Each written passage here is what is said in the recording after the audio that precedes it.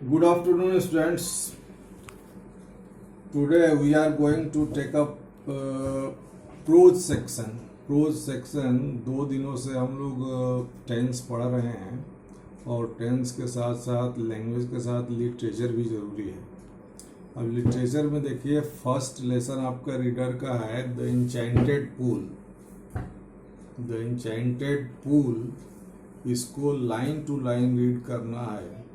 और देखिए लिटरेचर के लिए बच्चों प्रोज में या पोइट्री हो उसमें तभी आपको आनंद आएगा जब पहले से आप ऑलरेडी जितने मैंने मैसेज दिया था डिफ़िकल्ट वर्ड्स आपको लर्न करना है। डिफ़िकल्ट वर्ड को कैम अप कर दीजिए, पूरा याद कर लीजिए स्पेलिंग सहित।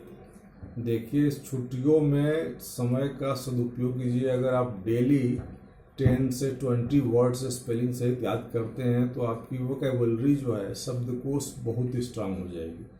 और इंग्लिश में शब्दकोश जिसकी स्ट्रांग हो जाती है उसको इंग्लिश आ जाती है। तो आज द इंचेंटेड पूल हम लोग पढ़ेंगे, रीडिंग लगाएंगे।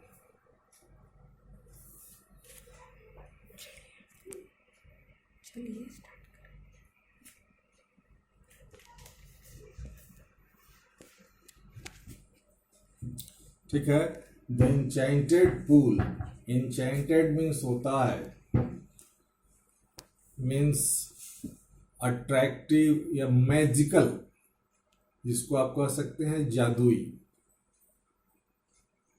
जैसे इंचेंटर्स होते हैं, किसी को कैप्टिवेट कर लेते हैं, मोटिवेट कर लेते हैं, अपने बस में कर लेते हैं। पूल आप लोग जानते ही हैं, पूल को आप पॉन्ड भी कह सकते हैं। जैसे स्विमिंग पूल में आप लोग जाते हैं तैरते हैं। तो इंचेंटेड पूल ये कहानी जो है महाभारत से ली गई है।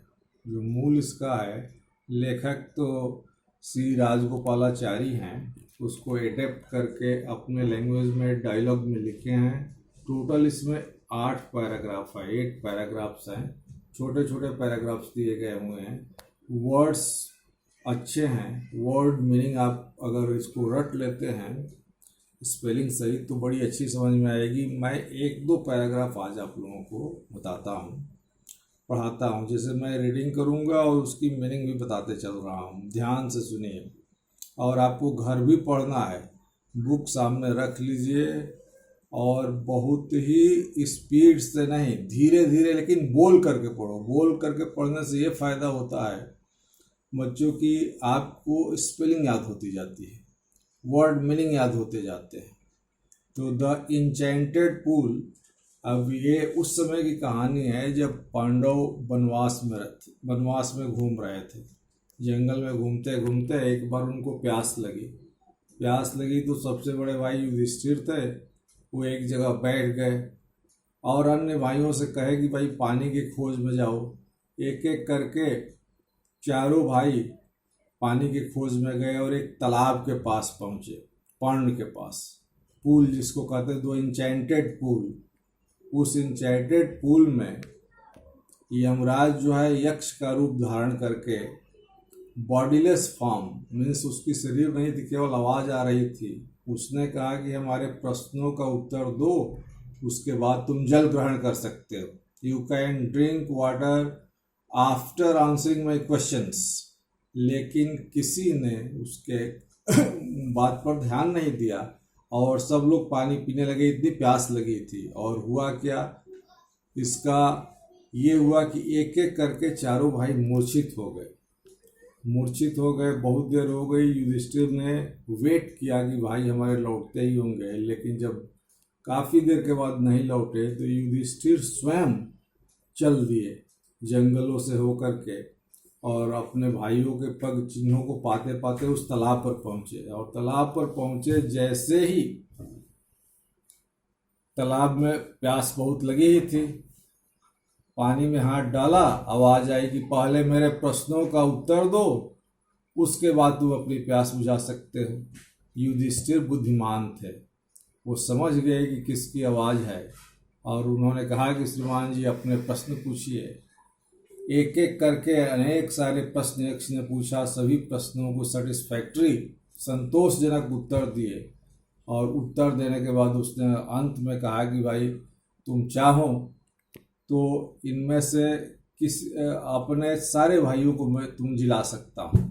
और इस तरह अपने सारे भाइयों को, ब्रदर्स को रिवाइव कर लिया, brought back life all his brothers, और सब जीवित हो गई। इसी कहानी को line to line paragraph wise हम लोग पढ़ेंगे और वर्ड मीनिंग स्पेलिंग जरूर याद करेंगे, तब जाकर के काम बनेगा।